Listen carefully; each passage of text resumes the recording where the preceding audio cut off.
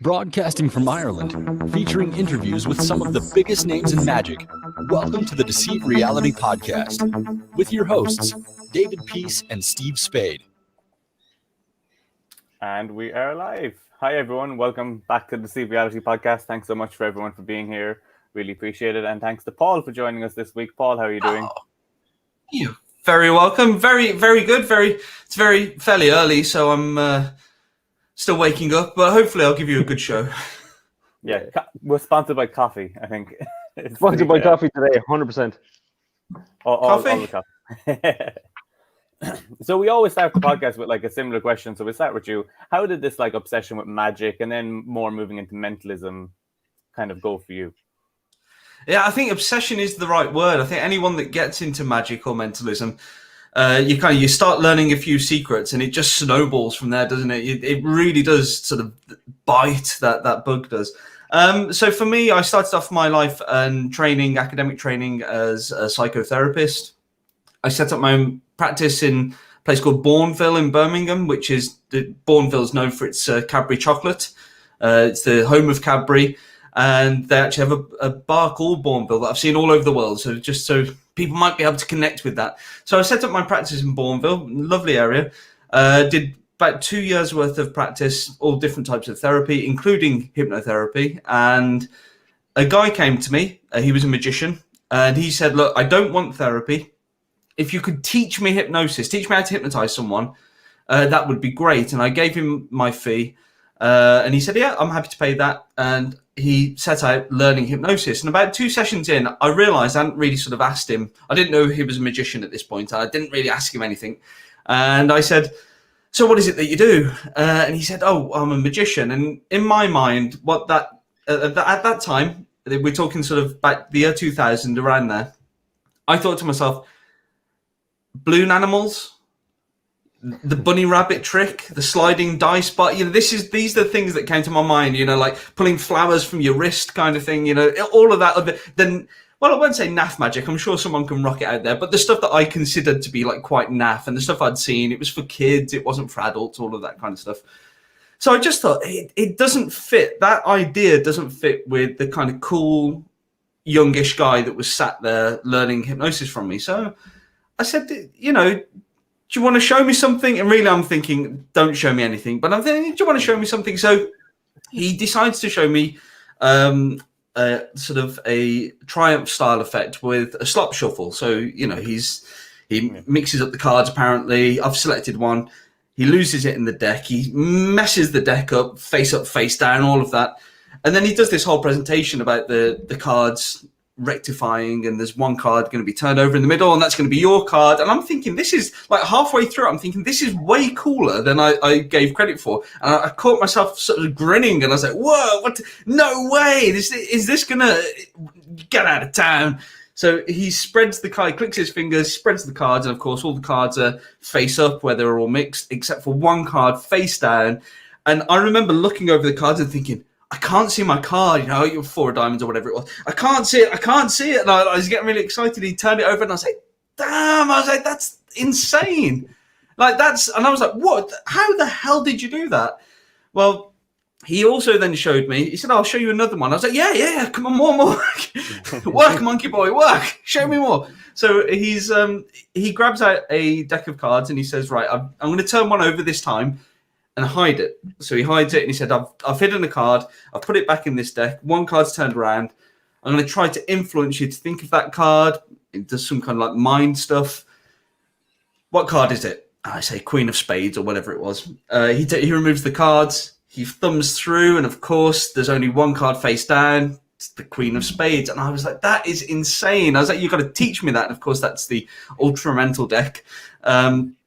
Not the invisible deck. Lots of people call it the invisible deck, but that's the presentation. But yeah, it absolutely fries me with the ultra mental deck.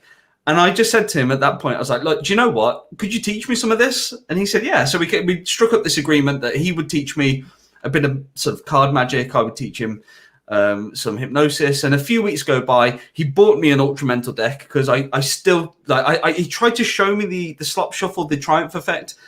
And I still couldn't get my head around it. He was showing me what was happening, and I don't know whether it was his explanation, but it just wasn't sitting in my head. So I understood the Ultra Mental deck. Easy, push on the one that you want. Nice and simple. I can do that. So he left me for 3 or 4 weeks, and when he came back, I'd worked out that I could use this deck in my therapy. So one of the biggest things in therapy is building trust with someone and rapport very quickly. It's tantamount to having the better style of outcome that your client wants. So I thought to myself, if I can build trust using this deck of cards, this GAF deck of cards, then perhaps it could open up a deeper, stronger therapy. And that's exactly what I did. So I'd say to people, I know we've been, especially the first session. The first session is normally the most boring because it's called the fact find. So you're finding out about what the person's problem is, a bit of background information, and nothing really occurs. There's no sort of real therapy to speak of. I might, if I'm doing hypnotherapy, for example, put them in a light trance or something like that, just to allow them to experience it and not have that worry. But there's definitely not much going on. So I'd say to them at the end, I know it doesn't feel like we've done much today, but I've been working subconsciously with you, and I've been implanting the idea of a playing card in your mind. Now, you haven't heard me really say any numbers that stand out. You definitely haven't heard me say any suits that stand out, but I have been telling you this just to see if we can build this connections on a deeper level. And if this has worked, if I've been able to speak to your subconscious and to activate a change, you should be able to name the card that I turn over in this deck of cards, that I have turned over in this deck of cards. I turn a different one over each day, just to keep it different for me. What card is it? And they'd just go, I don't know, 5 of diamonds. He said the 5 of diamonds. And I wouldn't do anything like my hands are clear or anything. I just took the deck, opened it up, and I thumbed through. I'd say, take out the face down card. They'd take it and they'd go, whoa! And they'd have that moment of amazement that you'd get from the magic trick. But it then went on further. It was a deepener. They instantly knew, or they suspected that we had a deeper subconscious connection, and they're ready to start work at that point. So it created a big opening for me for my therapy, and it worked very well. So I started doing this, and I progressed it. It started off very nervous. Let's have a look at the card that's in there, like thumbing through, really nervous and shy, and then it was just like really blasé. Yeah, it's that one. Yeah, face down. There we go. And I got to the point where I spoke to the chap that was coming to teach me magic, and I said, do you know what? I think I've invented a different form of magic. And I explained what I've just explained to you. And I said, so I think I can link in psychology and magic, and it can have this profound experience. And he just went, yeah, it's mentalism. It's about 100 years old. So I was like, at that point, I was like, full on head smack. And I just thought, I thought I was inventing the wheel, and I really wasn't. But it was good. I'd only been in it a few weeks, and I'd got up to 100 years worth of back catalogue to go. So I was quite happy with that. So I try and keep this as streamlined as possible. I carried on therapy for another sort of providing therapy, not taking it, for about 6 or 7 months after this point, in which time I'd started to do this, friends parties, at gatherings, at soirees and things like that. And people, it was having a great reaction. And I'd started to develop, I'd only been shown really card things. I hadn't really got into any sort of what people describe as pure mentalism. I hadn't really got into that. There's a few little things that I was peppering in because I'd started reading some of this stuff in Corinda and some of the sort of older books. And it was getting the best reactions. So the card stuff was getting good reactions, but the stuff where people really thought it was either something mysterious, as in like paranormal, or the stuff that they thought was psychological, it didn't matter what they were thinking, it was getting the best reaction. So I started to navigate away from the cards a bit more. And I started getting some requests. So a few guys said, would you do this at a sort of corporate event that we've got? And I just went, yeah. I just said yes. Yeah, always look for a way in, don't look for a way out. So I was just like, yeah, I can do it. And got there, and probably one of the worst gigs of my life. It was just, a load of corporate guys trying to break your balls, and they're all drinking, and it's just anyone that's done close up at a corporate event where there's a free bar knows exactly what I'm talking about. Those guys, there's no politeness about it. You've got to really shoehorn yourself into the group, and then you've got to do the stuff. So anyway, I had this sort of semi-terrible gig. I thought it was terrible. Got told it was great. You did a great gig. Oh, it was great. Oh, it was wonderful. Here's your money. And I looked at the money and I thought, do you know how hard I have to work at my therapy business to get that amount of money? And therapy is a well-paid profession. It's not like it's a sort of a minimum wage profession. But the amount of work to get the clients, to retain the clients, well, not that you're retaining them, you don't keep them sick, you're keeping them on, but you might want to bring them back for work on a different issue or something like that. And I just thought to myself, there's no money in the cure. Well, that's right, and that's why we haven't got a cure for cancer, lads. Conspiracy theorists, let's grab your tinfoil hats. Yeah, you want to right at the end, you tell them, "Oh, we'll try that car thing again. Oh, you got it wrong." You got it wrong. It means you're really ill. You're really ill. You're psychologically disturbed, and we need to sort this. So from there, I just thought to myself, what if I actively promoted it? So instead of being asked about those gigs, I was going to meetings or seeing people and actively pushing, do you have any annual dinners? Do you have any events coming up? And yes, we do. Yeah, I'd love to come and do some entertainment for you. And it was all going smoothly. I got to the point where I was earning as much with my established therapy business, with my performances, as I was with my established therapy business. So it was neck and neck. And I was thinking, I know which one I'm enjoying more. One of my specialities was in sexual assaults. So hearing sexual assault stories day in, day out is draining. It's very rewarding when you help someone break through and be able to live a more normal life, a more fulfilled life for themselves without fear. That's lovely, but it's not an easy journey. That's the end. That's the light at the end of the tunnel. Up to that point, it is a lot of hard work, grueling stories, hearing accounts of what's gone on. So it was that. And on the other hand, turning up to parties and making the place just have an atmosphere and just seeing people smiling and happy. So it was starting to pull on my heartstrings a bit, this idea that I could have a profitable career doing something that was fun and literally entertaining, but for me as well. So I then had a corporate gig that was my first stage show, and learned very quickly that a stage show is not the same as a walk around set, and absolutely bombed. And I was trying out loads of psychological stuff at that point too, and that bombed. And I just remember it was for a big engineering firm, and I remember them handing me the check at the end, and it was £1,000, and I was like, £1,000, and it was like up on stage for half an hour. I thought, this is great money.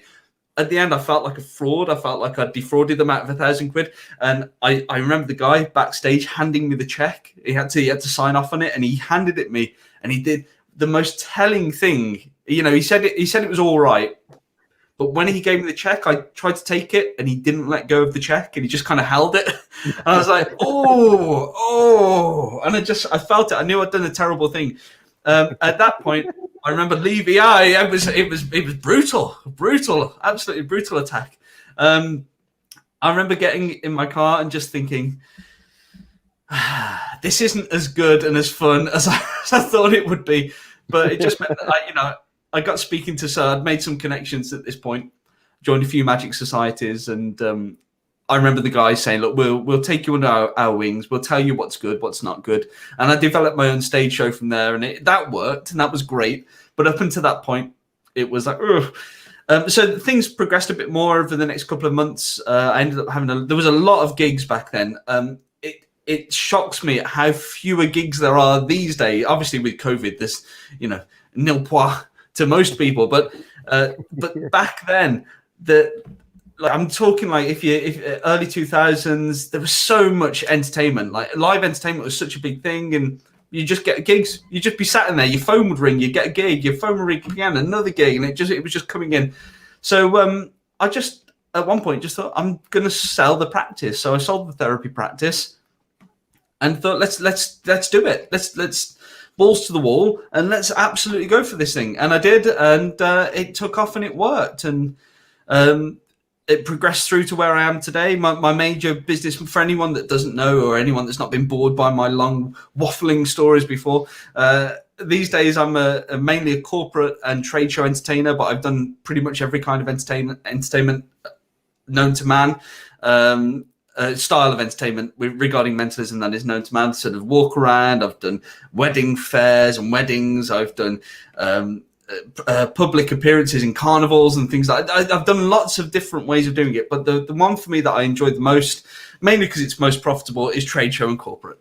It's far easier. I've done public show. I've done big public show where I had to fill a 300-400 seater theatre that I hired out myself. I did all the promotion for.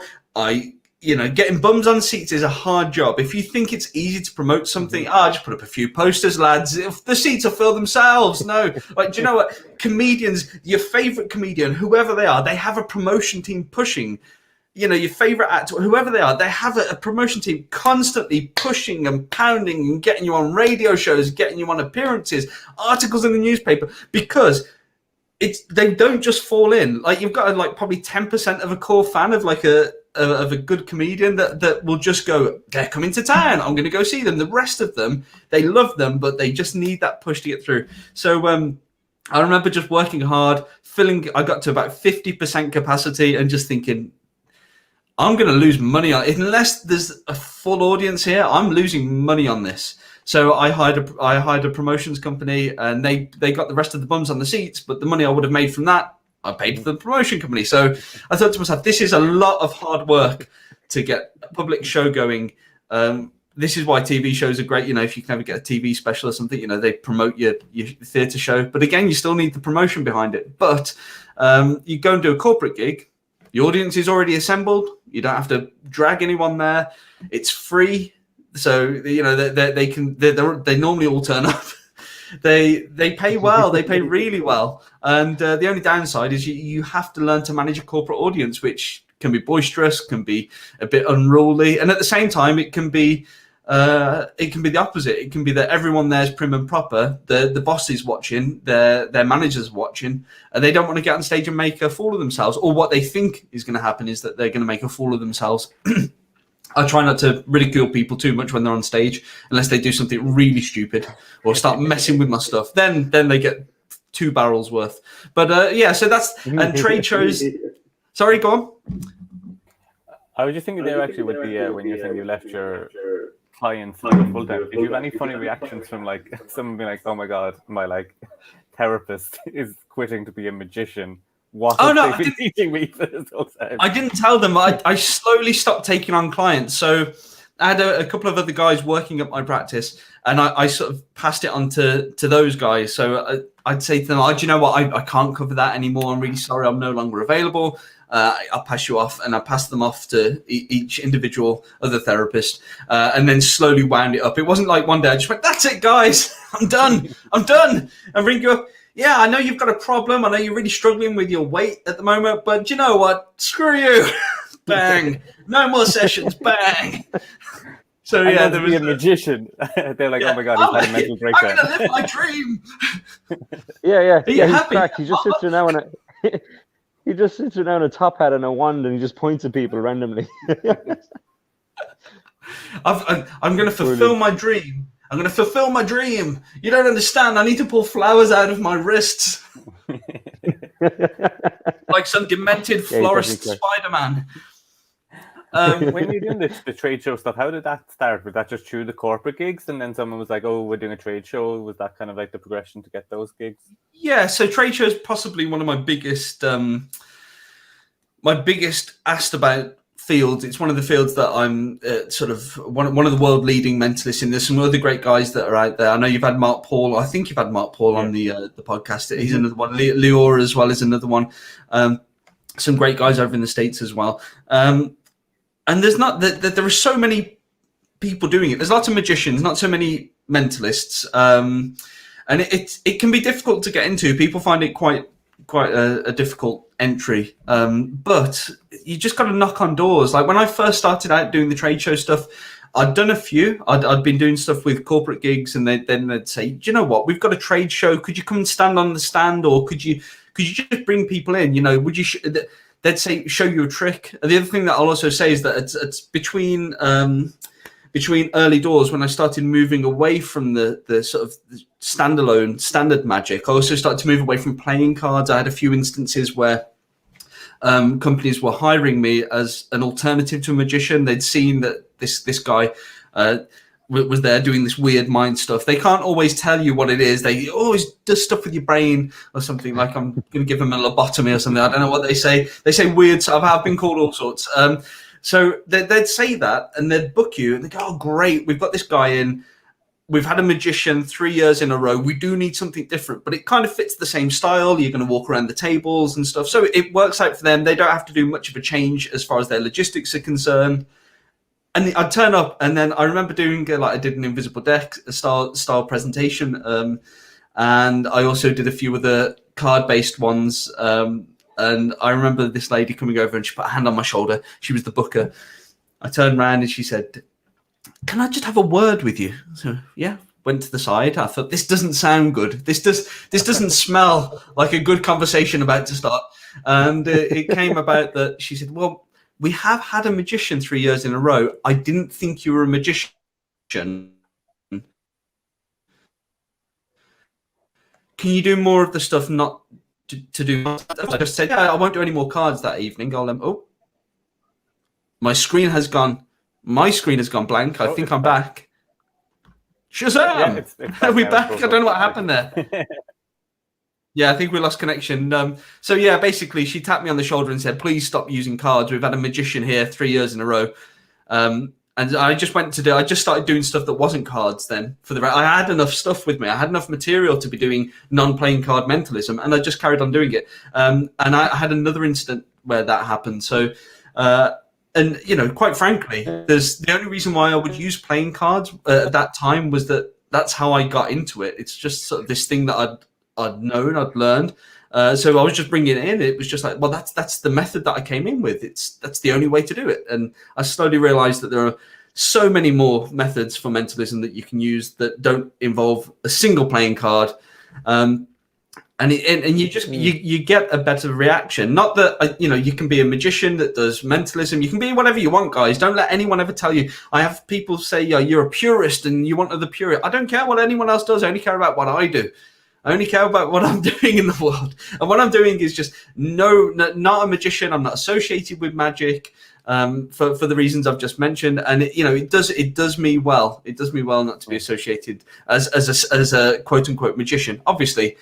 We all know that mentalism is just a form of magic, but I think have we lost Steve? Come in, Steve. He tends to vanish from time to time. Just he likes to steal attention. That's just I do think that playing cards are a bit like a safety blanket for people, for magicians, because we're so used to them. We just start off with, playing cards are what I have. Like it's like a singer guy who can't sing without a guitar in his hand. It's like without a deck of cards, like, oh God, what am I doing? Yeah, absolutely. And it's so strange. I don't know if was that always something to do with you. It's so strange. It's people don't want to let go of them. I mentor and have mentored quite a lot of people, some big names, some not so big names, just guys that want to be out there jobbing and working as mentalists or magicians. And that's the hard bit, getting them to move away from playing cards. And sometimes it's not the case that playing cards are particularly bad. It's just like it's a 1 in 52, or it's a 1 in, say, 250, depending on what trick it is, or whatever it is. And you say to them, all right, if you do a drawing duplication, that's a 1 in infinite choices. And it's not just a card. It's not just this impersonal symbol of indifference in a random deck. It is something, something that potentially could mean something to someone. In fact, one of the biggest tips I say to people, if you're doing a drawing duplication, is to just make it something personal to the person. Just say to them, I want you to not just draw anything. You can draw anything. Well, people will just go, on the spot. They get sort of a bit shell-shocked, and they'll just draw something, not anything related to them, either something in their visual field that they can see, or they'll go onto the favorites, like the standards, the car, the house, the cat, and all of those things. What I say to people, I want you to do a drawing of the best gift you've ever received, whatever that is. Now, instantly, you're going to have the moment where the drawings match. That's a strong moment. Don't let that fool you. If anyone watching or listening to this has never done or performed a drawing duplication, get yourself one. Any method. It doesn't even need to be a gaff or a gimmick. I particularly use a gimmicked wallet, and there he is. He's back. Hey, Steve. Just try a drawing duplication. The reaction that you will get will be powerful, and you need to get past. There's a guilt involved where people think they just know you've somehow seen it. Do you know what? Some people do, and you'll never change their minds on that. It doesn't matter what method you use, and if you did a card trick for them, they'd say, you did some. I saw your hand do something. Those people will always be on the bust, trying to bust your chops. Don't go for those guys. Don't try and convert those guys. You'll never ever win. But the other people will have a great time. And then if that thing that they've been asked to draw is their most special gift, that's going to have an impact because it's something you couldn't possibly know. If they've drawn a house and you've drawn a house, they could say, well, I bet everyone draws a house. But if they've drawn a Tiffany locket that they received at their 18th birthday because their dad gave it to them and their dad died a year later, think of all those emotions coming through. That's powerful stuff. That's the kind of stuff that's no different. Whatever drawing duplication you use, doesn't matter. Just add that in. Not draw anything. I want you to draw the best gift you've ever received. Just watch them. They will also sort of have to search for that best gift sometimes, but it will be a strong reaction for not doing anything ostensibly different than a pressure change. I'm just recalling how we got this. Oh, yeah, because I think we are lost. I've visual. Ground control to Major Tom. There we go. We're back in the room. I don't know if I lost connection or if you did. I hear you the whole time. Oh, good. Was it a copyright? Oh, dear. Oh, God. If they can match my voice up to David Bowie, it might be a copyright strike, but it'll be a big ego boost. So playing cards, the gist of that was you can take a playing card and trying to get people to change off playing cards. Not that I always try to, but sometimes I say to them, look, you've already got a playing card opener. Why not go into a drawn duplication? Or you're not getting a great reaction with this card trick because it's a 1 in 52 maybe. Or people assume you're doing something physical or slighty. But if you try drawing duplication, it's boundless. It has no limits for the impossibility. So I don't know. I don't know where we go. You have to backtrack me. I tend to go off on tangents quite frequently. Yeah, with the drawing duplication, what's your favorite wallet for a drawing duplication at the moment? There's so many coming out. I think my personal favorite is I'm not being promoted. I don't do any of that kind of stuff. Is the Stealth Assassin? The Stealth Assassin Peter Nardi puts out is phenomenal. It's a really good wallet. You can do. I've got my own different special nuances with it. But even out of the box, it's great. You can put an index in there. You can do a drawing duplication in there. There's an out to lunch band in there. There's a load in there, and better still, you can just use it as your everyday wallet, which is the biggest thing that I hate seeing is people that have a special wallet, and when they take it out, they hold it like a special wallet. What you really, really want is you want to pick up that wallet like it's nothing. We're just gonna put that card into this wallet, and then. And I always keep a special pencil or a fucking biro in your wallet. I'm like, what the fuck is it? So but you see it, and it doesn't look. I keep mine fairly good looking, but there is a level. I want them to look a bit worn in. I want them to look at it and go, "That's his wallet." No respecting professional would bring out that piece of shit. Because if it comes out shiny, it's a prop. If it comes out looking like, I've thrown it in with my keys when I get home into a bowl. Not that kind of keys into a bowl situation, but especially not with a wallet. I don't want to pay for it. That's literally I carry it around with me as my everyday wallet, and the keys get bashed against it. It gets roughed up. It's got marks on. It's not too dirty, and if it does get too dirty, I do buy another one. I'll get another one, and top tip, if you can't be bothered doing that, just go onto eBay. There will be someone selling, or someone somewhere will be selling a Stealth Assassin wallet, because there are so many sold. And to them, it's at the end of its life. They're the guys that bring it out smooth and shiny, and the sheen's just gone off it, and they don't want that anymore. They've just bought a new sheeny one to start using. Well, they're going to be getting rid of that Stealth Assassin, and that's perfect. That's broken in for you. You know, have a look. They'll want to sell it cheap, because to them it's trash, but to you, you've got half of the way there to making it look authentic. Authentica. It's a great wallet, yeah. It's definitely one I've used in the past as well. Well, I have it there. I mean, we have loads of them, but it is one that I've used more than any other one. The Hideout as well, Outlaw. I know Outlaw aren't around as a producer of mentalism anymore. I don't think they are anyway. Roth, okay. The guy's name was, and he had the Hideout. And that had some great features. That had multiple billet indexes, a peak area using the sort of the filter film, so the privacy filter film. And it was really good. It was great, but it was too big. It was like I took it. Tom Peterson, a friend of mine, I took it to show him, and he's like, "God, it's like a piece of Samsonite." He's like, "Does it come with wheels? Where'd you pull the handle out?" It was big, and I eventually got rid of it because I kept having to have my suits tailored so that it would fit into my inside pocket. It's big when, and again, it would fit into an inside pocket. The problem was getting it out with ease, smoothly, without like kind of jerking all the time. Looking weird. Like a production. Make sure like you're doing a thing, yeah. Yeah, and you're like, no, it's just big. I'm not loading. Or and do you have certain justifications for? I was just going to say, that's a phrase that I'm always using. It's just big. It's just big. I can't help it, man. It's just big. Do you have different justifications for taking the business card back to put it into your wallet? Because I know a lot of people shy away from that. It's a question I've been asked a lot of times from people starting off and things. Like, how do I get the card back off them?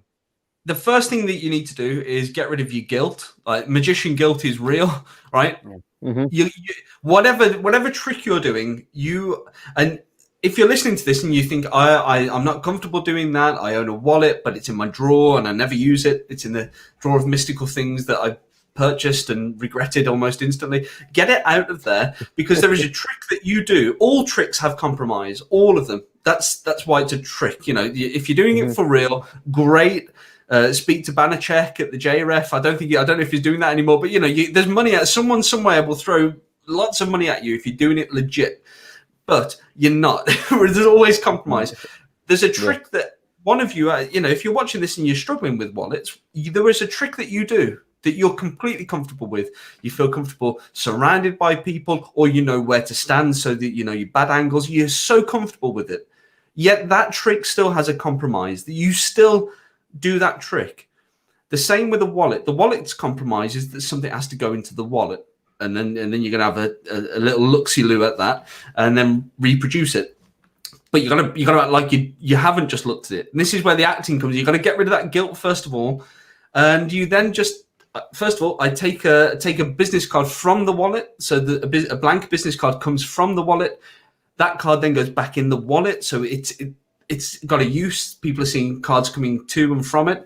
And I say to them, I'm going to take that card, if it's my business card. I don't know if I've got one around. Oh, yeah, I do. There we go. It's just pretty much like the backgrounds. There we go. They're real as well. It's not like some kind of filter, just in case anyone's wondering. So you get the business card, and I just literally I say, okay, do your drawing. Don't let me see. First of all, you're very adamant about what it is you're not to do, to look at it, which is great, because when you do look at it, you've convinced them in their mind that you're adamant that you're not going to look at it. You couldn't have looked at it. Yeah, and later on, the people say he did not look at it, and I don't at that point anyway. So I take the card and I say, okay, they've done a drawing of a house. So yeah, let's do a drawing. Well, what do you want me to draw, David? A car. A car. Specifically, a Such Ferrari an imaginative F120. gentleman. That's amazing. How That's amazing how you got that so quick there, Paul. That was just incredible. I know. What do you want me to draw? A car? Was it a car? It's incredible. This is a Zoom drawing duplication. It's amazing. I tell you what, I've been Yeah. the benefit of corporate drunk things is that they will do like a drawing of a car. There we go. That's a drawing. That is a car. I promise you. It's not an old lady's hat. And Lovely. that they will do that, and you will just see it because they're drunk. You say, "Don't show me," and they're supposed to be doing it like this, and they do it down there, and you've just looked at it like at the corner of your eye. And you can just literally just go, "Okay." In those moments, just hold that to your chest. Don't let anyone see it. There's no way anyone could know this. No, it's a car, isn't it? Oh my God! I was at a thing before it was the medicine society at the local college, and I asked someone to do a drawing, and there was a group of girls who were like, these were just graduated doctors, laughing as they handed me the drawing. So I had the drawing on my hand like this, and as they were laughing, they kept looking away. So I just went, and nobody saw me do it. And it was a penis, so I was right. I didn't even need to know the peak because of how they were laughing. I just knew it was a penis that they drawn from like their reaction. So if a corporate thing, there's nearly always a penis. Nearly always. Yeah. It's worth just drawing a cock on a piece of card and putting it in your pocket and just ready to get it out. I mean, if you ever get searched, it's one to explain. But anyway, so you've drawn the card, right? And I'd say to you, David, hold that against your chest, and you'd hold it like this.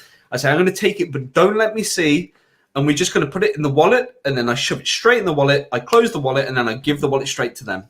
I let them hold it for a bit. It's hot. That wallet is hot to trot at that moment. If you do anything with that wallet, they'll think you're looking at it. Now, what my justification is, I then go into some mild reading. It's not any sort of anything serious, but I just say to them, I'm getting shapes. I want you to perceive it, first of all, in basic shapes. So, for example, I'm not saying you have drawn this, but if you've drawn a house, I want you to picture a square, then with a triangle on top. Just basic shapes first. It's really going to help me. And what won't help me is anything like this. Trying to trace it. Don't try and trace it. I want you to look directly into my eyes because I'm going to be looking for microsignals right there. Okay. So now this is nothing, it's presentation, but it's important presentation. People often throw away the presentation as just, it's just the way you say it. No, it's what you say as well. And all of these kind of things are building up the idea that I will be getting microsignals. I need it to be basic, first of all. Don't go moving your eyes. But really what I'm doing is time misdirection. Because that wallet, every second that wallet's in that guy's hand or that lady's hand, that is a second that's getting colder and colder and colder and colder. And then when I eventually go, okay, I'm getting the basic shapes. I need a focal point. I need to give you a focal point, and I need a card. And I look around. I do a bit of this, a bit of the old pat down of myself, just because I like to touch myself at gigs. So I pat myself down. And like I'm losing my wallet, and then I just look over motivatedly in surprise. There's the wallet, and I just say, I'm going to take a card, keep me honest. And now when I open that wallet to take out a blank business card, that's when the peak occurs, and it's cold. And I say, I'm going to take a card, keep me honest. I.e., I've been honest with you up to this point, not necessarily true. I'm not gonna look. I'm still not gonna look, and you're gonna make sure that I don't look. And once I've got that card out, I hold it up to them. If it's a blank one, let me get a blank one, and then I say, I want you to focus on that, David. There we go. And I say, I'm gonna bring it closer. As I bring it closer, imagine it getting bigger and bigger. It can even go bigger than the card. Oh, that's much better. This is what I needed. I needed this card, this focal point. Yes. Oh, this is perfect. Yeah, I've got an idea, and then I'm into the drawing duplication, and away you go. So the problem I see with most people. When they handle a peak wallet for the first time is that they've just bought one. And like anyone that's just bought a new trick, they want to play with it. It's a toy. Let's not kid ourselves. We love these toys of ours that we all play with. We can make them into career tools, but they start off as toys. And they take it to their significant other. They say, do drawing, anything. And they draw it, and they go put it in the wallet, and then they peek it, and then give it to them or whatever, or just peek it. And then they go, oh, you must have seen it. You must have seen it. It's because there is no time misdirection. There's no there's no presentation to it. There's no other explanation to hang the hat on. Whereas in my presentation with the eyes, I've said I want to look at microsignals. I've done this thing about don't move your eyes. I've put in these important rules that apparently are going to help me out. Where in reality, it's a presentational angle. But people will go away and think it was the eyes, or they might think something else, but they've been pulled away from the idea that you've put it in the wallet, you've looked at it in the wallet, which is basically what occurs. It seems bold, but it's completely, excuse me, tied into the presentation, and it works perfectly well. I occasionally, very seldomly, get someone say, "You give them." Sorry. Yeah. Sorry. I thought. So I was just saying, you've given them a kind of a pseudo explanation. You've kind of let them in behind and let them see how a mentalist would read. Gone again. No? Oh no, I can hear you. I can hear you. We can hear you. Oh yeah, sorry. I was just saying, you've given them a kind of a pseudo explanation, so it's something that they can kind of go, okay, yeah, the mentalist kind of told me how he did it. I don't know how he did it, but he kind of told me the process. It's a skill-based. So yeah, I tend not to do so much. I used to do a lot of this pseudo psychology, but I do think it is slightly damaging to science to have a lot of this pseudo stuff, because I've had people say that they've started, I'm going to start a psychology degree, and I always say the same thing to them. It's like, to do what I do, you don't require a psychology degree. It might even take you off the track of that. And then if they persistently email me, I send them a book. Oh, I not send them one, but I send them a link to Corinda. And that's the biggest hint I can give them, that it's tricks. And then they either get it and say, oh, wow. And that's great, because then I can mentor them on their own path. Or I had one guy, he wanted to, he was a window salesman, like a door-to-door window salesman. And he was all commission based, so he wanted to sell. And he'd seen my videos, and he'd seen me at a corporate event, and he said, I need to persuade people like you can. And what I eventually, in my head, what I thought is, we can do this together. I could show him how to do a presentation, almost like exactly going back to the early days when I was doing my therapy practice. I used that deck to make a more impactful, meaningful connection with people. And it helped my business, but it also helped the people. And I thought, if he can connect with people, find out what they want, then perhaps we can work out a nice bit of mentalism. And we did that. In my mind, it was going to be a secret writer of some kind. Keeping it in code. My thumb's just gone up for anyone watching. A secret writer, and he would ask the people what they would roughly want to be paying for the windows and doors. So it would make a connection that he'd be able to guess that exactly how much they want to pay, but and get close to that and stuff. And again, it's not anything groundbreaking. This is where I wanted him to go. So I thought to myself, that's the course we can take, but I'm not going to start just randomly talking about secret writers. Here's a copy. I said, buy this book, have a read through, all prejudices out your head, completely just go in blank and read through it. And he within like 10 minutes of receiving the book, he was on the phone to me and he said, I got this book this morning through the post. It's just about magic tricks. And I was like, this guy doesn't get it. I said, reread section number 1 on the Swami. And he reread it and I don't get it. And I was like, right, if he's not getting it, it's not going to happen. And we never worked together much after that. But yeah, it's what got me onto this? What got me onto this this torrid description of secret pseudo explanations for people. Pseudo explanations. Thank you very much for keeping pseudo explanations. So pseudo explanations. I used to do a lot of that kind of stuff, but it can be quite damaging. So these days, I tend to still use those kind of things. I'll say to them, don't do this with your eyes. It doesn't help. Just look directly ahead. So I don't say I'm looking for micro expressions or micro signals. I just kind of imply it, and then they can take whatever they want from it. But in the same way that it's performance, it's the same kind of performance as like a WWE or WF or whatever, the WCW.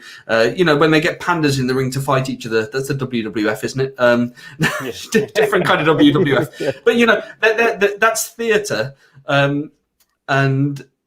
and people understand it as theatre. They don't like do I can't name one single move. They don't do a pile driver and then say, it's all right, lads. I didn't really just squash his head between my legs and hit him on the floor. I lifted him up just before his head. It's fine. Everything's fine. People watch it and they just kind of understand it as entertainment. The only downside... a word in professional wrestling, which is kayfabe, that should be used more in magic, where it's about the false... Kayfabe is the false reality wrestling takes place in. And I think like in magic, kayfabe is the psychological influencing of people when in reality I peaked it. It's like, Yes. okay, I think it's a term that should be adopted more. Yeah, I remember that term. Louis Theroux did a documentary on wrestling, and he was early on. I think it was early doors for him because he was just like this. Well, he's still a skinny guy, but he was a super, super skinny guy, and he was out there and he was going, but isn't it just fake? Isn't it just fake? And they just put him through the ringer. Like they said, this is our daily regime, and they just took him through like a regular day's worth of training. Bodybuilding, and then the acrobatics, and then practicing the moves and everything.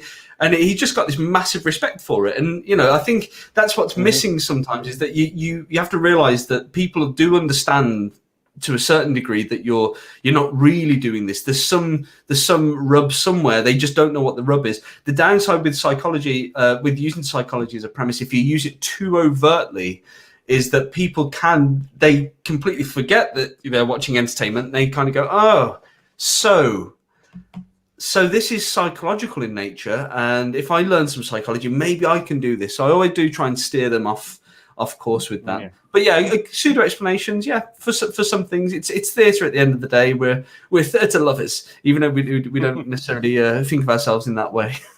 When you're doing the, it's the beauty of what you're talking about as well with the. Oh, sorry, go on. I was just going to ask there, when you're doing drawing duplication and you peek someone's drawing, and you have absolutely no idea what it is that they have drawn, or even not even a good guess. What's your go-to get out of that situation? The go-to get out is that it's completely fine to not get it. It can make the situation stronger. Never plan to fail. The failures just happen. Murphy attends every single performance, and he will absolutely apply his law on you at some point, and something that is cast iron that can't go wrong, cannot go wrong, will go wrong at some point. I promise you that. That's why I don't use electronics, because not that I've got anything against electronics. I've bought them all. I've sold them all on. They've all failed me at some point. Even when they've told me you can't fail, it cannot fail. They've all failed at some point. And I want the failures to be just like that. Like you peek it, the guy's done something incoherent, or you look at it and they're burning you, so you have to peek quick, and you think, I only got half of that. Then that's fine. You can kind of draw what you saw, and hopefully they're a bit forgiving. But if not, you just go, do you know what? Can't always get that with people. Can't always make that connection. But perhaps you're more of a verbal person. Would you say you are? And they normally at that point, because they've one up to you, they go, yeah, I am more of a verbal person. I will try something with you, more in the vein of your natural ability, and then just go on to do something that is cast iron, or never use them again. Biggest thing you can do with a heckler is promise to use them and never use them. It's great. We'll use you for something in a minute. I want to hold that wallet. Well, do you know what? I'm doing it with this guy, but I will use you in a moment. I'll use you for something that's going to blow your socks away. And you can promise anything, because you're never going to do it. I will absolutely. You won't believe what I'll do. This is going to seem tame in consideration. So yeah, and then you kind of go, oh, do you know what? I've done too much here. I need to move on to the next group, but I'll be back round, and they're just waiting for their turn, and they never get it, and it's their own fault for being a big mouth heckler. Another great one, I'll share it with your listeners, is that I write on a card, on a business card, if I notice someone either burning the wallet or they're being overly observant, I write on the card, you are very observant. And then I just wait. I said, hold on, I'm going to pause on all of this right now. This is for you, Steve. You assuming Steve's the guy that's just been trying to bust me. And I say, this is for you. This is a private message for you. And I write it for you. And I say, I don't want you to tell it or show anyone else this, but this will mean something to you. All you have to tell me is if you're correct, if this is correct or not. That's all I want to know. And you'll lift it up. You're very observant. Now, you've just been burning the situation. What I'm saying to you is, I know you know. I know you know. So with the heckler, that takes him off the boil, because he wants to look smart at this point. Now, his ego isn't getting stroked until he blasts out, he just saw it in the wallet. That's when he gets his good feel moment, right? And he knows I'm going to be like, no. So he's going to have to try hard. Now, if I give him this where it says you're very observant, he knows straight away. The guy that knows that I know. And you give him that ego stroke, you watch them. I've literally watched people that have been like focused, like they're wearing binoculars on the wallet or on whatever it is, on the gimmick, whatever it is.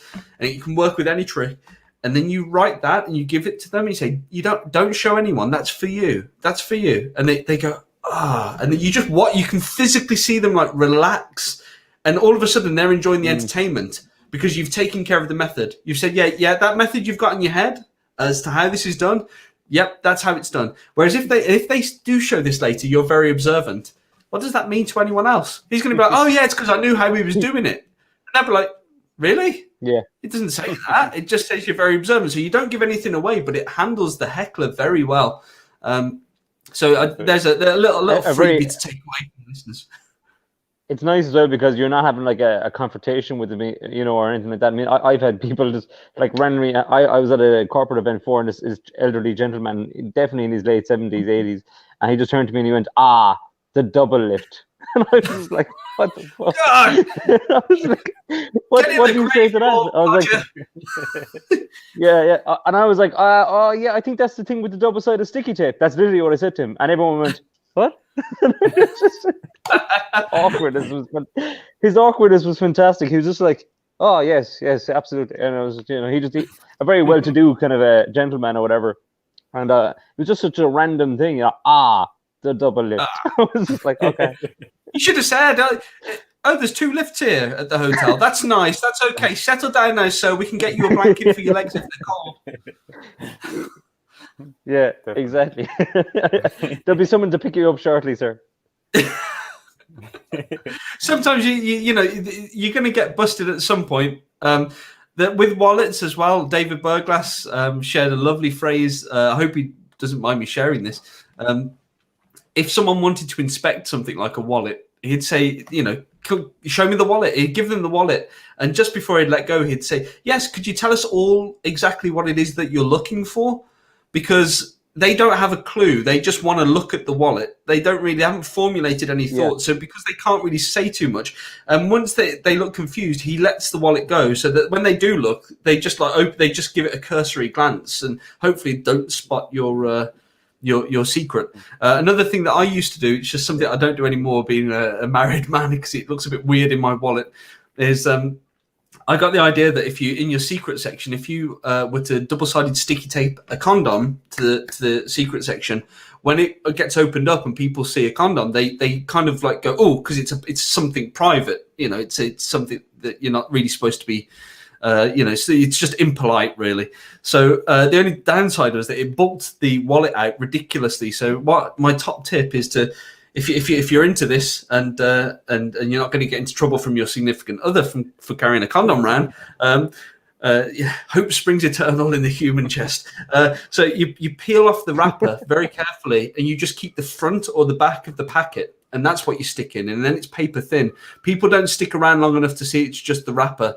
They just literally go open. They go, oh, well, there's a little moment. But as I say, I stopped using that, but feel free to, if you're listening to this, to use it. I don't think you necessarily need it, but that's what I did when I was getting my confidence up with using a gimmick to wallet. And sometimes you do need that crutch to start with to get confident. And then you just go, I don't need that. Don't need that anymore. I remember before I was on a night out and I left my wallet on the table. And my wife and a friend said they were going to like move all my cards around and stuff just to mess with my wallet.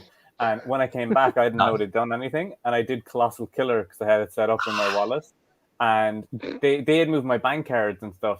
And then when I did Colossal Killer, they freaked out way more than I expected because they had been through my wallet and hadn't found any playing card inside the wallet. So they had no idea how the card was in the first place. And they had no idea of the method. And they were just like, we've been through the wallet. Like, you don't have loads of cards in that wallet. And I was like, yep, thanks. It was just like so clean.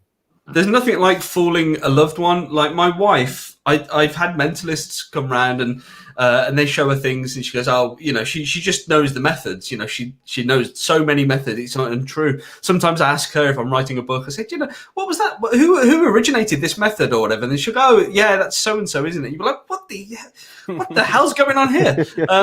But when you can get one over on someone that is that knowledgeable, I think that's why we always try and fool other magicians, is that there's a nice feeling that you can fool them. But often when you fool a magician, you're fooling them because you take them down a rabbit. It's like, this is why Penn and Teller fool us. You watch them, the ones that fool them, and normally the people that are just taking them down a garden path with a fake presentation. They think, yeah, it's a double lift, or it's a so-and-so and so-and-so. And really, they've used another method, but they've sort of worked it so that it looks like an obvious method that Penn and Teller are going to have the one guess on, and then it's like firing in a duel. Once they're fired, that's it. They're up.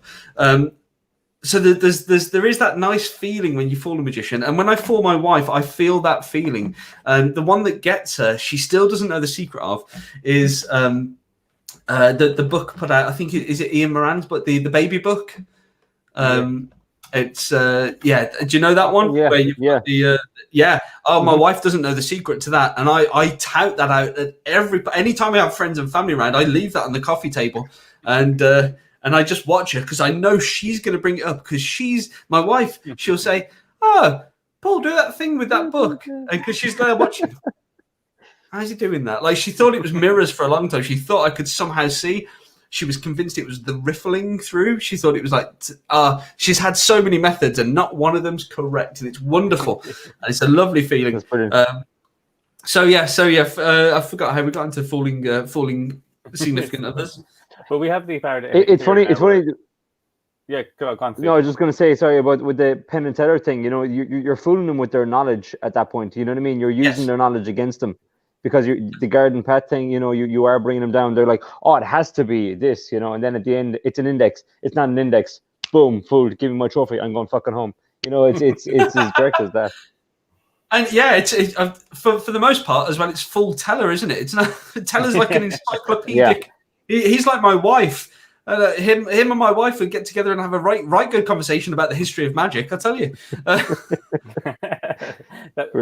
her if you watch podcast. It's the weirdest cuckold invitation ever. I even said that. So we have this segment on the show where we've talked about hecklers, which is the good, the bad, and the ugly, which is about a performance that maybe started off all right and ended more in a disastrous situation. Hopefully in a hilarious manner. I've got two. In preparation for this podcast, I know you asked me to bring one. One of them I've mentioned before, although I have to give a slightly redacted version due to receiving a legal letter. Last time I mentioned it, telling me that I need to cease and desist with this kind of talk about this particular event due to the non-disclosure agreement that I'd signed. so that was during something that I was involved in, and I talked about it, and it got back to anyway. I'll talk about that one first in a more redacted way. I was booked to go and do an event over in the States. It was for an individual, a very well-known, wealthy individual, one of the top 100 businesses in the United States. It was at his mansion in the middle of nowhere in Texas, and it was for the other CEOs of all the top 100 businesses in America. So it was a very small, intimate event, 100 or so people, and it was very well guarded to the point where they said this is a stage show as well, 30-minute stage set. So I got a phone call beforehand. It's booked because I'd done some corporate work with this particular company, and they said this guy Paul Brook is going to be great. Let's get him over. Yeah, no problem. I get a phone call saying that you will get a security detail calling you to speak to you, and there'll be background checks. You need to agree to those. We can't have you in the room with such sort of, if you. They said something similar. If you let a bomb go off in that room, you'd kill the CEOs of the top 100 companies in America. It'd be disastrous. So the security was next level, and it was ex-presidential security. So I get this call from the guys. They're really lovely, really professional. They asked me about all the things that that I'll be doing. I sort of explained it to them, not methods. Again, I'm being booked as someone that does stuff weird with your head, so there's no like talk about magic. So they're not looking for secrets or anything like that. If I was going to do a cabinet escape, they might want to like, can we have the schematics of the zigzag or whatever? He said, buy your own book. So they fly me out there. They put me up in this lovely swanky hotel. I get a phone call on the evening. I finished top tip as well. If you do international shows, do all of your ironing first day. Get it all out the way. There's nothing like you don't know what's going to occur. You might end up waylaid. You might go a bit of sightseeing, which is good fun. And then all of a sudden you get back and your clothes are absolutely creased to hell from the journey, and you've got to put them on and do the gig because you've miscalculated. Anyway, that aside, I just finished my ironing and rock and roll. Showbiz. It's Ozzy Osbourne here. I mean, it's Paul Brook here. That's a separate story. So I finish all my ironing, and I get a phone call, and the phone call is, we've got the last minute security detail. Could you come and meet us at so and so room? Essentially, the day after, all the CEOs of the big companies were staying in this hotel. It was like there was a sort of semi-function the night before. Nothing where they needed entertainment though, and they were going to bus us out in like 3, 4, 5 minibuses to this secure location. That's how tight the security was. Oh, okay, no problem. I go into this room with. They look like they're in the Matrix. They look like Matrix agents. That's how like everything was black apart from the shirt, which was white, And they sat down there. Look again, lovely guys. I recognised the one guy's voice who had done the phone interview over here while I was over here in the UK. He said, "Okay, we just need a list of things you need for tomorrow." I said, "I've got everything I need, thanks." He said, "Oh no, we need to supply everything." I went, "Okay." I said, honestly, it's just, I can't kill anyone with it. I said, it's just like pen, clipboard, pad of paper, a bag with some folded up slips of paper in and stuff like that. And he's just like, yeah, well, okay. And as I'm saying it, another guy's making notes, and I'm thinking, this isn't good. And I said to him, look, honestly, you can check over everything. And he said, yeah. He said, we've got our policy is that we could check it all over, but it's far easier if we go and buy it from a secure location that we know. It's more safe that way. And I can't say to him, the clipboard's a special clipboard. The pad of paper's a special pad of paper. That bag of papers isn't just one compartment. I can't say any of this. The pen's a bit special as well. You might be able to navigate the sea with the pen if you floated it in a bowl of water. I couldn't say anything like that. I'm just like, right. So I try and persuade him. I say, is there no way I can bring it? I can bring it all down to you. I can bring it down right now. You can check it over. He said, no, honestly. He said, just tell me what you need. We'll get what you need. So I'm thinking, crap. So I then go up to my room and I realize I need to create a 30-minute stage show that on the next day, this is the next evening that the show is going to be. The next evening, I need to use only the things that I've just told them about. So I legitimately came up with, and some of the items like monesime, which is one of the things I came up with, which is in certified mentalism, that I came up with at that event, and literally using regular props. There's no gimmicks involved, and I just went out in there and just came up with what I thought was going to be a lackluster performance, because it's not my regular show. None of it was my regular show. Absolutely blew the crowd away and got some great reactions. And I thought to myself, well, that's a pretty good place to be in when you're absolutely panicked about these gimmicks, not being able to have the gimmicks. But the real show there was just my performance chops. Doing enough shows, you just carry it. I could literally get out there and tell anecdotes, and I think I could have everyone sort of listening, because I've got some really, really, really good, strong anecdotes that are good for non-magicians to listen to, of things that have occurred to me in my life. And doing the actual performances, the full performance bits, it just worked. Well, I'll tell you one of them, the Monesame. Essentially, I throw a balled up piece of paper out into the audience. They throw it around themselves. When they catch the ball, they name a letter of the alphabet, which I openly write on a piece of A3 board, A3 pad of paper. And then when that's full or full enough, I have someone from the audience, the last person to hold the ball, come up and they choose any 5 letters. And once they've chose 5 or 6 letters, that it could be even, the audience at large rearrange them and come up with the longest word that they want to create with that. And whenever they come up with it, they open up the ball of paper, which has remained in that person's hand the entire time, and it's got that word written on it, which is a pretty strong effect. Anyway, and one I'd never have come up with if I wasn't locked into, you have to use just a regular pad of paper and a pen. So yeah, so that was a bit of a tragic story. But I tell you what, until I actually went there and started doing these things, like until I went to that performance and started performing it, I was absolutely bricking it. I was there going, no, this is going to be terrible. I'm going to die on stage in front of the top 100 CEOs of America. This is going to be great. I would have asked for all the magic stuff I couldn't afford. I'd be like, can I get so what I need to show is a links board. Yeah, you can get one of them online if you can have that for me. I need a gravity reel as well. I need one of them. And all these peak wallets too, please. So someone said that to me. They said, you should have asked for gimmicks. And I was like, do you know what? I didn't even think about that. But it's one of those things that, because my persona is someone that I'm not doing tricks, I'm using them. The stuff's entertaining enough if you think it's a trick.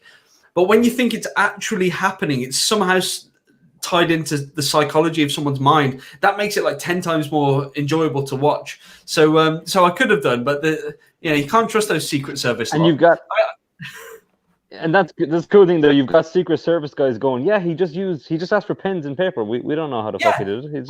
I don't know. The next president comes in and they speak to their ex-presidential security, so they wouldn't be speaking to the president. But if they speak to them, they'll be like, yeah, we can tell you all about Area 51, but we can't tell you about Paul Brook. He just does that shit for real. Yeah, you got some CIA, ex-CIA, ex-AA going, what the fuck is a SpongeBob, sir? Sonata gimmick. What's that? So the other one, I'll tell you about quite a bad one that again ended quite well. I had a prediction. It was on stage, and this is again a big corporate event. There's about 800 people, and they also had the big screens, the jumbotron style screens up and everything. So they always make me a bit edgy anyway. That's one of the reasons why I have a bald hair style now, is because I used to I was thinning and I used to sort of part it up in the middle. At one of those events, they had a searchlight, like the spot following me. And I looked up, and with the spot hitting my head, all you could see was like a horseshoe. You couldn't actually see any hair because of the powerful light. But I looked up when I said, just do your drawing over there. I'm just going to look away. I looked away, and I just looked up at the jumbotron, and the camera was focused on deep on me. And I was like, I might as well have zero hair. So I just...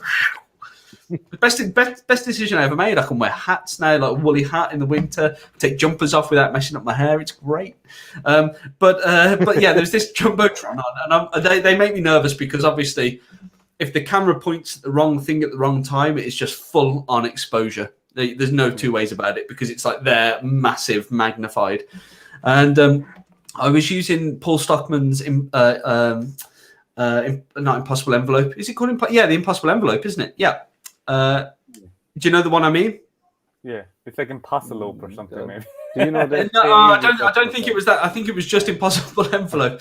I could wax lyrical about that, but I won't. So the Impossible Envelope. Without giving too much away, I think you can still buy it from Alakazam. And if you're a mentalist and you want to do stage stuff, it is a must. Essentially, you put an envelope on stage. Anything you want predicted in there will go in there. Think of it as a budget version of the master prediction chest. That if you like that kind of thing where loads of things can be predicted, right up until the moment that it's open, things can be placed into there, and it can be done alone. So I travel alone. I don't have any assistants or anything like that. So I can do it by myself. Essentially, without giving anything away, it's a load I'm just trying to. There's a load of things that can occur with it. The envelope. The envelope is meets the load and stays there via the power of physics. And what's in the envelope is a nest of envelopes. And every time you take the envelope out, the prediction is going for a ride. Wink, wink, nudge, nudge. Until the very last one, and that it's sellotaped on. There's an illusion that it is fixed on with sellotape, and it's a very strong illusion. So anyway, I get this guy up. He's been holding this envelope the entire time. I started off the show, before we begin today, here is an envelope. This will contain a prediction of the things you're all about to do, choices that you didn't even realize you're about to make here today are contained in this envelope. I need someone who is absolutely without reproach and honest, someone that will hold on to this until the very end and not let a single person near it. Yeah, seal it up, bang, write your signature on there. This bloke puts his hand up and he's all in for it. It turns out he's a proper stickler, like ridiculous stickler for not letting anyone go near it, including me, which is slightly problematic. We get him up for the last piece, and I say, okay, right, I just pass me the envelope, and all I need to do with this envelope is I need to drop it on the table to connect it to the load, and it happens automatically. Hopefully that makes sense. It happens automatically as soon as it touches the table. That I don't have to do anything. Mm-hmm. But then when I'm removing the envelopes, I'm normally the one removing the envelopes very cleanly and carefully. You can be in short sleeves, everything like that, until the very last one, and then they can remove the contents of that one. That's normally what happens. So I say to him, I want you to drop the envelope on the table. Nope, I'm not letting go of it. And he's like a really like oldie, curmudgeon-y kind of guy. Nope, not letting go of it. And I was just like, right.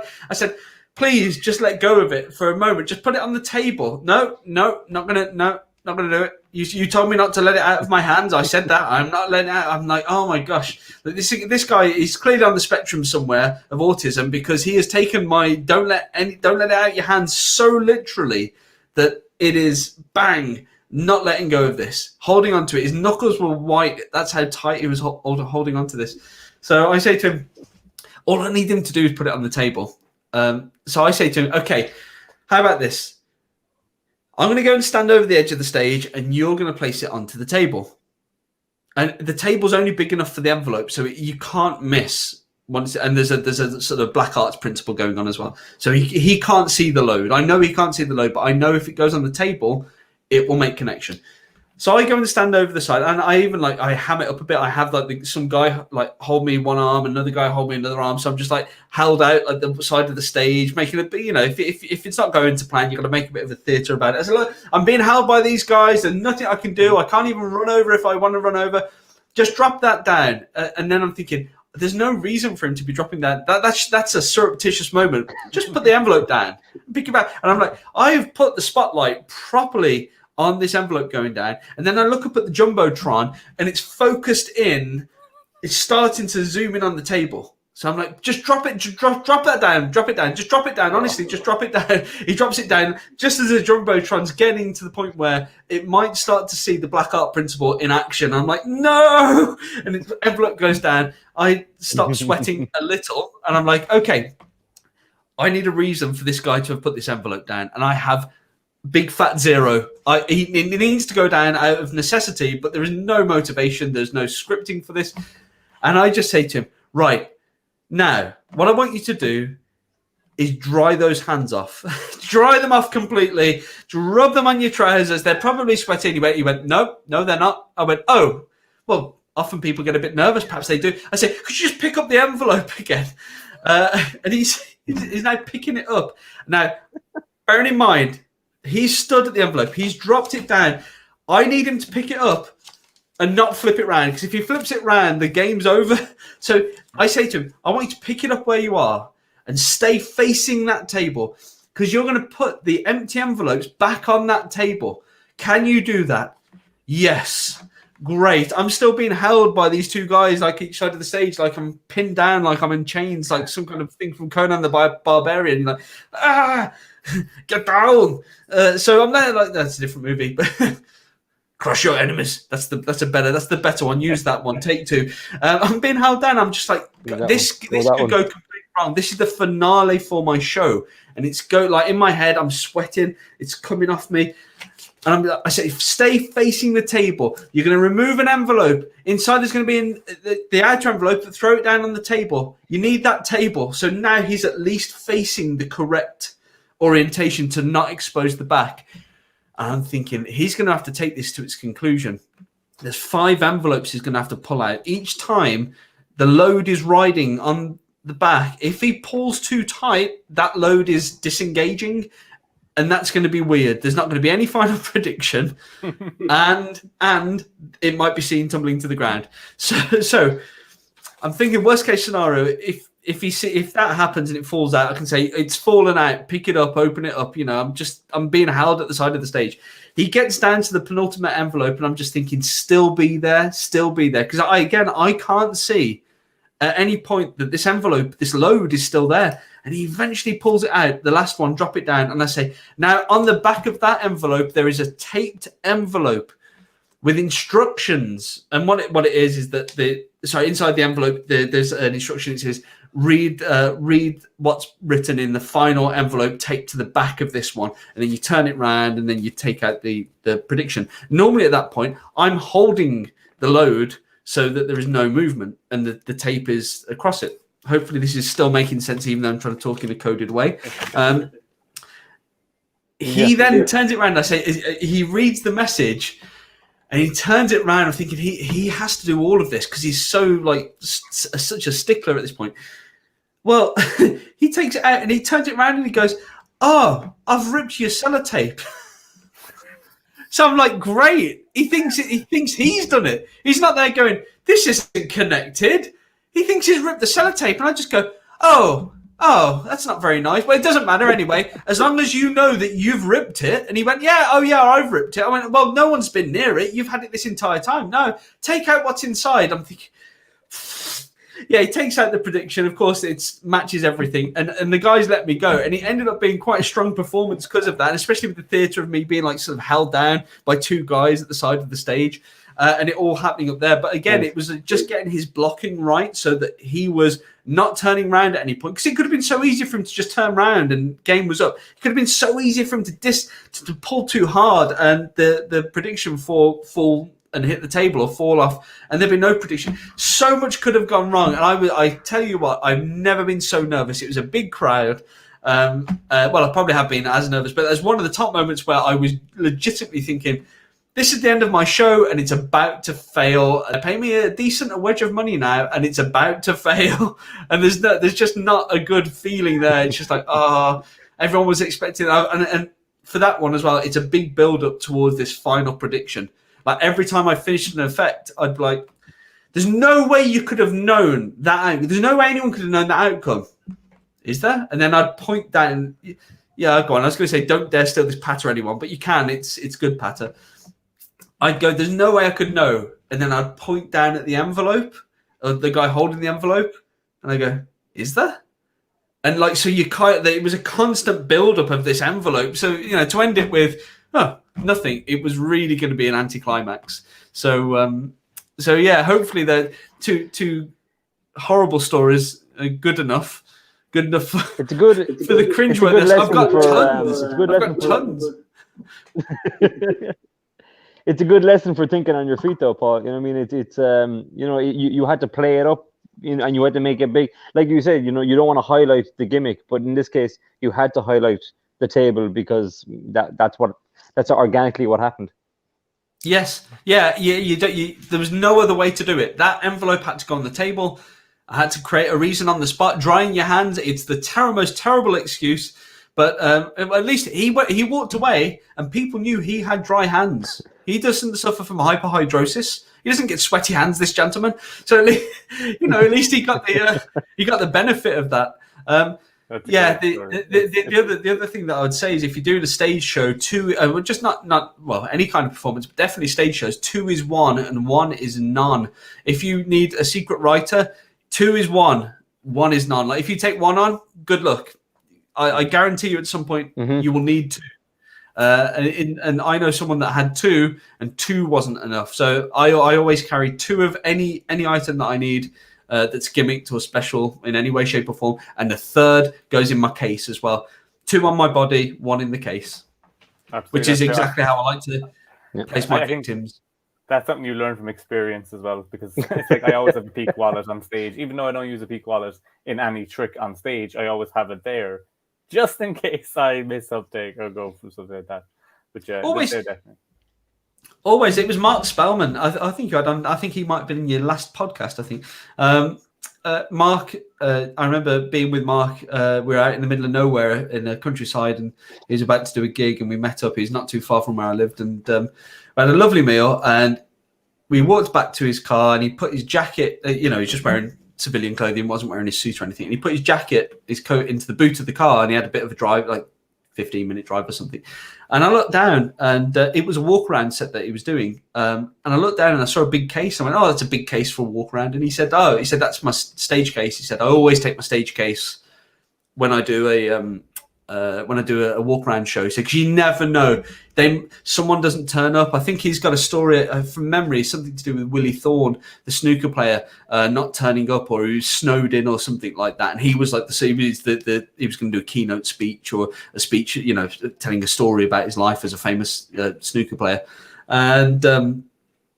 And it was then they said to Mark, "Oh, could you do something on stage?" I can't remember. I think he did something. I think he improvised something. But since that moment, he carried his full stage set. Because yes, you can improvise, but when you've got a good stage show that you've honed and you've worked on, why not provide that really good show rather than that?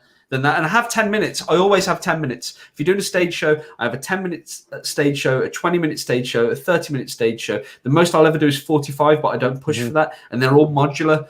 So if someone wants 15, they get a fast 20-minute show. They get the 20-minute show, but without as much byplay. They're still fun, but not as much byplay. Or they can get an elongated 10-minute show. But 10 minutes, you might need to be done 10 minutes to fill in between someone on a stage show. You might need to be filling in for half an hour. You don't know, but it's just having it there. It's just ready. It's just a good thing. Pop it in the boot of your car. It's not going to take up any space, hardly any space. And you're going to look like the guy. If you turn up and they say, "Oh, you couldn't do a spot on stage. I know we haven't booked you." And I say, "Yes, yeah, I totally can." I always bring it along. You're going to look like the champion. You're going to be saving the day. Like you knew as well, the other mentalist who predicted that the other guy wouldn't show up, so you brought. I knew he wouldn't come because I didn't tell you, but I poisoned his coffee at Costa. He thought I was the barista, but that's just because of the hipster beard. Put 4 drops of arsenic in there. He'll be fine, but he's going to have a tricky few days. Still, 800 quid in the stage show fund. Yes. It's the only way to do it. That's some good advice for anyone who wants to turn professional. Poison all your rivals and all the gigs are yours. If you're going to poison someone, I think the best I've ever come across is, I can't remember, I think it was in a novel or it might be on a TV show. I can't remember. I like to watch like crime stuff. And it's inject the poison into the bottom of some toothpaste, like the tube of toothpaste, because by the time they get down to there, you've got alibis up the wazoo. You could be living in a different country by then. So yeah, there you go. I know some endowment policies. This advice is for entertainment purposes only, and Deceive Reality are not liable for any poisonings that take place as a result of that advice. I mean, that's only been seen in a fictional. You're not poisoning your loved ones. The CSI would be just like, "Oh, he's obviously come with his toothpaste because he was brushing his teeth at the time, and there's a hole in the toothpaste. Who was here a month ago?" Definitely. So I can't guarantee the method. I just thought it was a cool method. It's like when you watch Columbo. In fact, that shot behind there, that's actually a shot. When I had those photographs taken with in the studio, I took in a picture of Columbo. There's a famous picture of Columbo, and he looks like a boss, and he's got a cigar. Where is the big Sharpie? That massive Sharpie there. For anyone listening to the podcast, not watching, it's a picture of me sort of stood sideways with my thumb in my mouth, well, sort of one hand up, and in my finger, where you normally have a cigar, there's a Magnum Sharpie, which is like a Sharpie that'll get you high like no other Sharpie can. It's ridiculous. It knocks you sideways when you smell it. But they're really good for stage shows. It's a shot like that, but it's completely Peter Falk.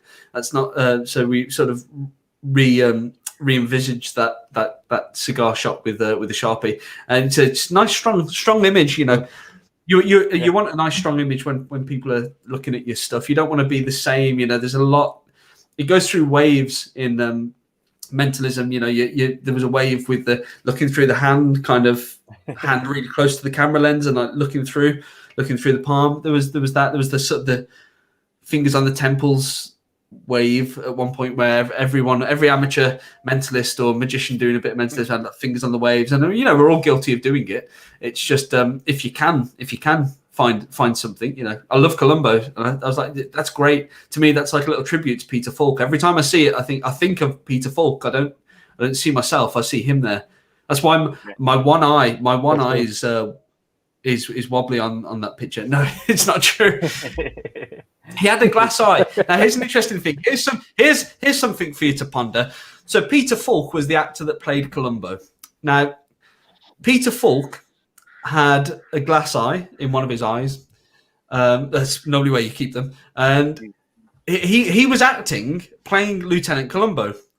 Was his glass eye acting the part of a real eye, or was that also a glass eye? It's never mentioned. There's never a Columbo where he says, this thing got it in Nam or whatever. You know, there's none of that. That's a real eye. It's supposed to be a real eye.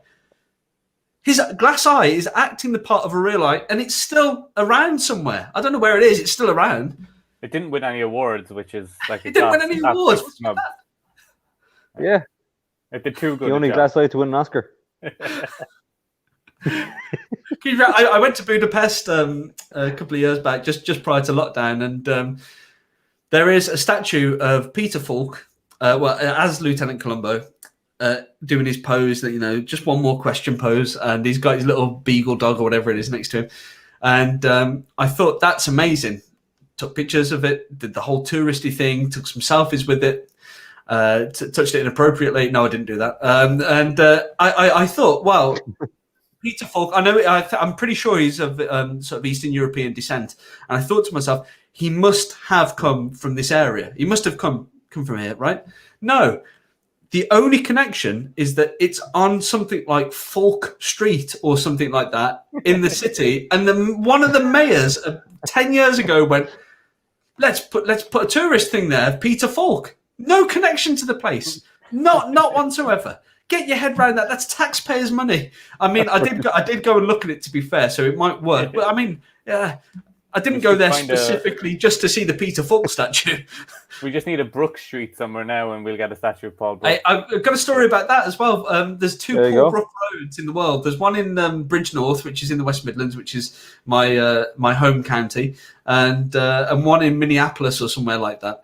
And for one of my birthdays, I went to Paul Brook Road or Paul Brook Street, whatever it was called, and took pictures. Went with my family. It's just something fun to do as a bit of a lark. And people came out and they were like, well, "Sorry, what are you doing? Is this a news article or something?" Because it was like full on, like every family member in turn. Like, I took my mum, sister, my dad, and a friend of mine at the time. We're like rotating in, like as you used to do when sort of old style cameras were, where everyone would get their shot with you. You know, one with mum, one with dad, one with friend, one with sister, one with mum and dad, one with mum and sister, one with mum and friend. Like every possible combination, was being done. And they came out and they were like, what is it that you're doing?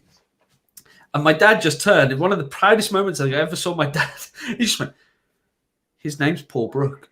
And they literally, their reaction was, you got to remember, these people, as part of their daily lives, when they write letters, when they have to say their address on the phone, use my name every single day of their life.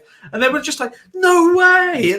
And then like they went and knocked on other people's doors, and like people were coming out in like droves. There's a guy out here. He's called Paul Brook. You're kidding? I mean, like it was an absolute like circus out there, and I was shaking people's hands like I was someone important. Oh yeah, nice to meet you. Yeah. Oh, nice to meet you. Yes. Paul Brook. Yeah, that's right. Yeah. You want to see my driver's license? Yeah. There it is. Yeah. Oh, it was hilarious. It was named after you in their heads. Now that's the story. I like the picture. Original.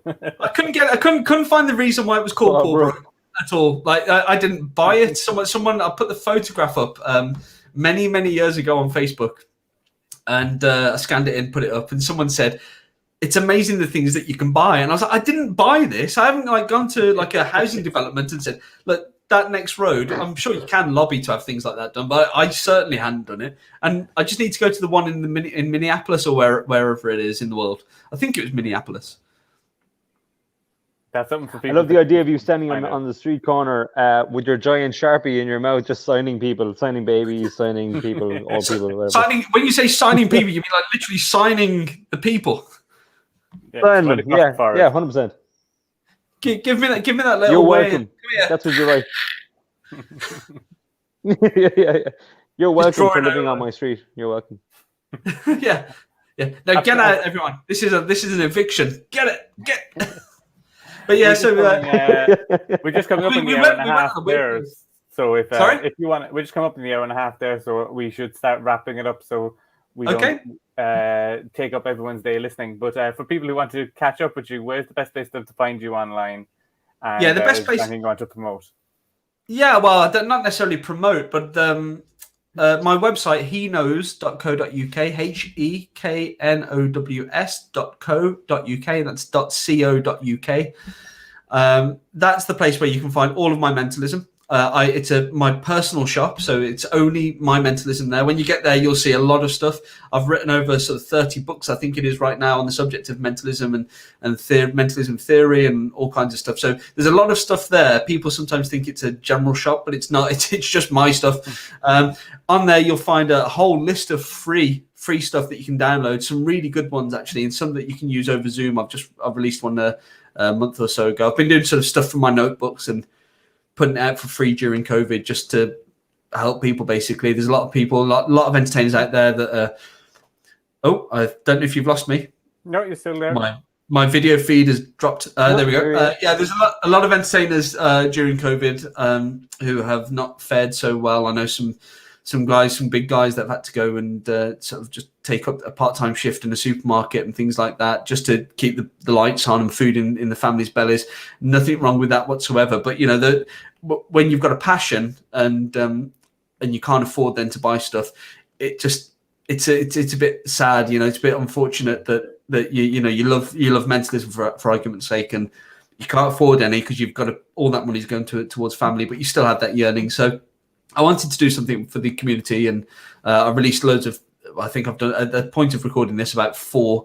There was a 5th one, but me and Max Maven were talking about that because there was something in there that was alluding to one of his methods. So I've had to change that up. That will be released in the fullness of time as a free effect, but that came with props and everything. And but I've done 4 that are definitely ready that you can go and download, and some of them work on Zoom as well. So if you're into that kind of thing, I'm not into that kind of thing, but if you are into that kind of thing, that's cool. So that's where you can get my books. You can get in contact with me. I do mentoring as well. I'm a creative consultant for lots of different TV shows, theatre shows all the way around the world. Not just mentalism, but shows that just want a bit of mentalism, but they don't want to put on a mentalism show per se. So yeah, if you've got any need of me, that's the best place to get me. I also have a public website, but that's just paulbrook.co.uk. That's if you just want to go and look, but there's not much there. It's really sort of, if you're looking to book me, that's where you'd find yourself heading over. But yeah. So heknows.co.uk. Nothing really. We'll put the URL to that in the description as well for people. Thank you. Click on that to make it easier. So absolutely, thank you, Paul, for coming on. We definitely have to have you back on again because I feel like we've only scratched the surface and there's a lot more stories to go. Yeah, you can really bore all of your listeners even more. 100%. Coming here. Another 4 hours planned in the pipelines. Yeah, there's lots that if you want to talk about a specific topic, please do get in touch and just let me know. Or if you're listening to this and you want my take on something, get in touch with the guys and say to them, look, we'd love Paul's take on this, and we could do like maybe a mini workshop or something like that where people can get some good tips. Absolutely. Because, as I say, there's lots there. Absolutely. Definitely recommend it. And thanks everyone again. Sounds great. Follow us all on Instagram, I think is always good as well. That's what I'm told to tell people. I'm not follow on Instagram. Insta. Get on. You're not on TikTok. You're on the TikTok. Yeah, I'm on TikTok. I haven't posted in like a year, I think. I just look at it and waste my time. That's how old I am. I say things like, are you on the TikTok? In fact, just prior to lockdown, I was going to start a massive TikTok campaign. I had a meeting with Kyle Marlett. I don't know if you're familiar with Kyle and his work. He's a great consultant. He's a lead consultant on Magic for Humans and things like that. And he was getting into TikTok really well a couple of years ago, just as it was taking off, and we worked out some cool ideas, and I started working on an idea with another guy, Mark Lavelle, as well. We were going to start pumping out regular mentalism, and then lockdown happened, so I think we missed the curve then, because I think the key for these things is to get in early. You want to have a nice core base, because it's once the algorithms change, it becomes really difficult to crawl that back. But let's not talk algorithms, because that's just numbers. Who wants to listen to numbers? We get it back. Maybe in the future, it's something for people to look out for on TikTok. All the mentalism explosions. There's a load that can be done. I mean, it's not being exploited. The mentalism that I'm seeing on there is really it's the term basic would be a bit harsh, I think, but it's stuff that can easily be backtracked, and it's stuff that at best is basic, at worst could be exposure. I've seen stuff where people are just blatantly, a magician's got a hold of a non-magician's got a hold of a magic book or a magic download, and they're just literally, this is it. Think of a vegetable. You got one. Are you thinking of carrot? Yeah. Find out in video 2 how I got you to do this. It's I tried to use one that particularly a secretive one there, just to try and illustrate. But so it becomes a bit of an exposure con, I think, where and that's no good for anyone, because these beasts are hungry. TikTok is a hungry machine, content all the time, constantly, and if you haven't got that, then you start exposing, apparently. And exposure's not good. I've been kicked out of parks for less. We've been chatting about that with a lot of different people we've had on the show. Just the idea of this exposure. When you've got no more content, I'll just expose all the shit that I impressed you with in the first place. Yeah, get double the videos. It seems to be the way people go. Here's the thing, right? I was actually talking to Keith about. Me and Keith were talking about this. Keith Barry. In fact, I think the last time I saw you, Steve, was at one of Keith's shows, wasn't it? Was it? Yeah, it was. Yeah. We were having a quick chat. Yeah, that was a whirlwind. So apologies for the lack of length with that. I always have to apologise for my lack of length. Oh no, you're all good. So I think there's a mild delay there. Either that or the joke didn't hit. So me and Keith got talking about this, and with TikTok, it's like, where's the money? Where's the money being made? You become an influencer. Yeah, that's fine. Once you're an influencer, brands knocking on your door day and night. Promote this energy drink, promote this, that, and the other. Money coming in. Yeah. Until that point, and you may never break that ceiling. Until that point, where's the money coming from? Because there's a hell of a lot of effort for zero to no return. Even if you're doing it on YouTube. I mean, YouTube have changed there. I remember back in the day, I was doing some YouTube stuff. And that was bringing in a bit of money via the AdSense, but now all the AdSense stuff's changed as well, and it doesn't bring in half the amount that it used to. I think my tip is, like, if you can get onto a social media platform that's fledgling and make it work and build a power base there, great. If not, I mean, if you're trying to ride that TikTok train, I'd probably say you might have missed the boat already. You're going to be doing a lot of work. You may never see that money back.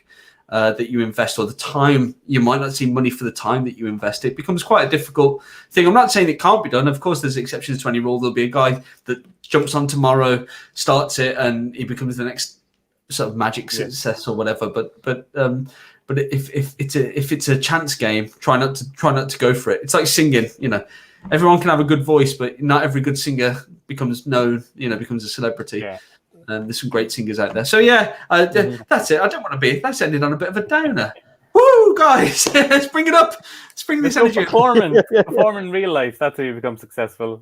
Once we're all opening up back up. Don't change your tricks. Just change the audience. Exactly. That'll be the tagline. Yeah. Don't change the tricks. You heard it here. Oh, there we go. Exactly. And you heard it here first. Paul says, "Don't expose yourself in parks." No, please. Far be it from me to tell you what to do with your body and what to show to anyone. That's up for you to make that decision. I'm just gonna say, from my experience, 90% of people don't like it. I think it's higher than that. It's maybe like 99%. I don't know. I've had 10% of good comments. One call to visit the doctor, which I wouldn't have gone to if the bush person hadn't seen it. I feel like I'm creating some kind of strange image of myself. But no, there's no public exposure in parks or on TikTok or any which way medium that you want. Of magic, of course. That's what we're talking about. And never. While we're on the subject of exposure, if you are an upcoming magician, especially there's going to be a lot of people that have taken up magic or started to learn magic during a lockdown as a hobby that are looking to progress to be more of a professional. I have something called the sliding scale, that if someone asks you to do a show for free, they can achieve and meet certain criteria, like providing you with professional photographs, distributing your media, putting your website link on their website, especially if it's a big company like a charity. It helps with your sort of link authority. All of these things. And if they do that, you reduce your fee down by like 10%, by 15%. And everything that they achieve, you get a benefit in kind of. If you contact me, I'll send you. I've got it ready to send to you for free. That's no problem. Or perhaps if I send it to you guys, you can just offer it to people for free as a download. That's probably the easiest way. And that way, you're not doing things for free. It's very tempting when you're going in early doors to think, I'll go and do the village fete for free. Well, do you know what? They're paying they're paying that food van over there to attend. They're paying that person over there to attend.